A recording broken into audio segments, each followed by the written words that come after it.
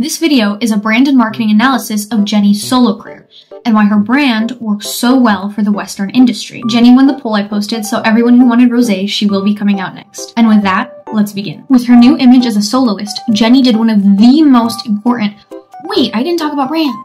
What is a brand? Branding is your identity. Your unique identity that makes you stand out next to your competitors. With her new image as a soloist, Jennie did one of the most important career-making branding steps. Done by Sabrina Carpenter, Charlie XCX, and so many more, Jennie associated herself with a color. Jennie is red. Jennie is red. Jennie is red. Jennie is red. Speaking of, I specifically wore red for this video. Let me give you a little outfit check. By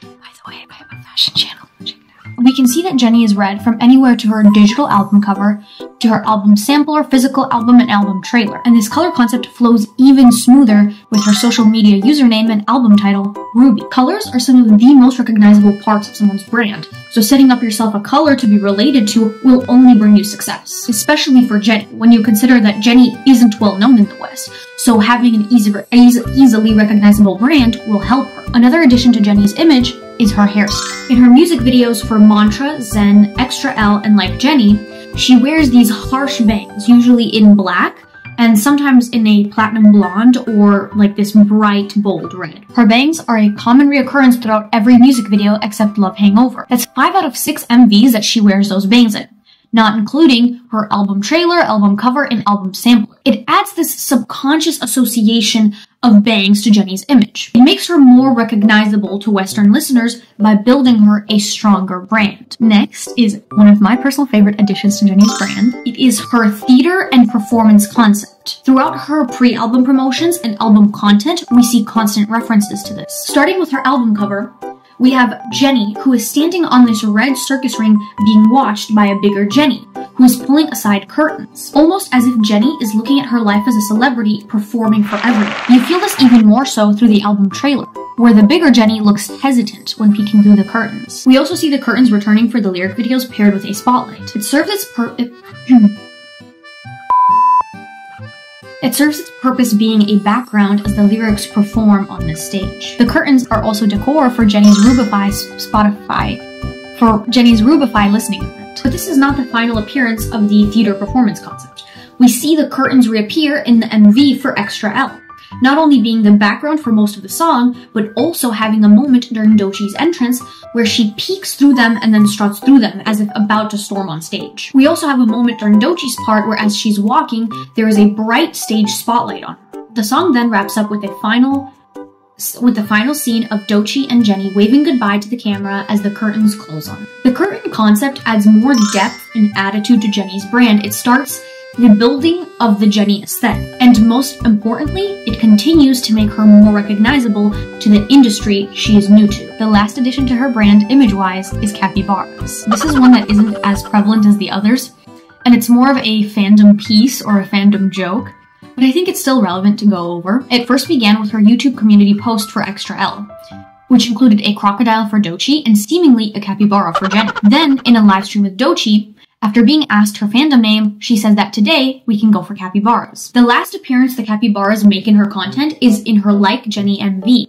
where she gets set on fire and then burns into a capybara. Associating herself with capybaras not only makes her more recognizable and adds to her image, but also gives a fun, easy to understand, and silly fandom joke for incoming fans. This is important because Jennie has been a part of BLACKPINK for 8 years, so incoming fans to her solo work might be scared off by her long and confusing history. I cannot see my script anymore. All the BLACKPINK inside jokes and memes could be overwhelming for a fan trying to get to know Jennie. Giving her solo image an easy-to-spot meme makes entering her fandom as a Western listener smoother. That was not smooth.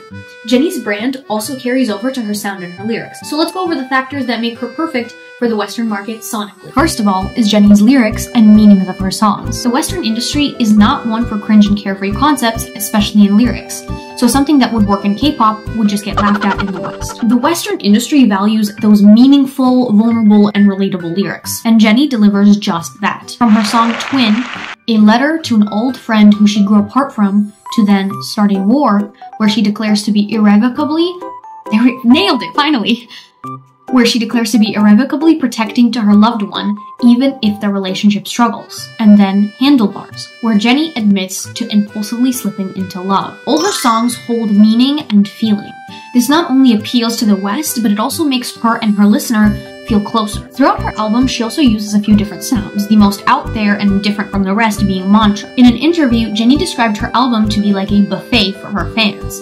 But despite this, she still has cohesiveness in her album. It isn't a random pile of genres scrunched onto an album. It has a general direction. A majority of her songs fit into the pop R&B sound, with ExtraL, like Jennie, and with the IE Way Up being the more hard-hitting, being the more rap-heavy, hard-hitting songs. Each song, even though different, it had this like similar vibe. It all felt Jennie. Kind of like Maniac and La La La were completely different, but still felt like Stray Kids songs. One thing I've noticed in Jennie's music is her usage of beat switches or like beat evolutions. Throughout multiple songs, there's a moment where the song has like a mini NMIX change up.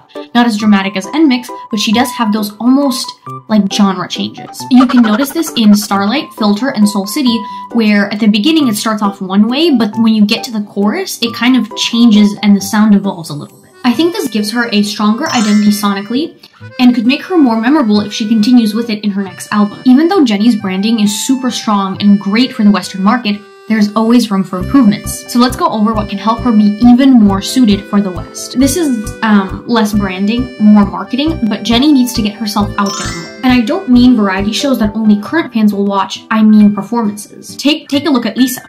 She performed at the Oscars, the VMAs, Global Citizens Festival, and Victoria's Secret. Even though Lisa has her own branding problems, the Western audience starts to remember her through her constant reappearances. So even if they don't care about Lisa, because she's everywhere, they will still be talking about her and they will still be remembering her. If Jennie performed at a few similar events that cater towards the West, I think it could help her boost herself into the Western industry even smoother. She will be performing at Coachella this year, so I do think that will help her, but I think a few more like big name performances will push her further. Those were my thoughts on Jennie's branding. I hope you enjoyed this video because I enjoyed making it. Thank you to everyone who left the sweetest comments on my last video. They really make me smile. Hopefully, I will see you in the next video.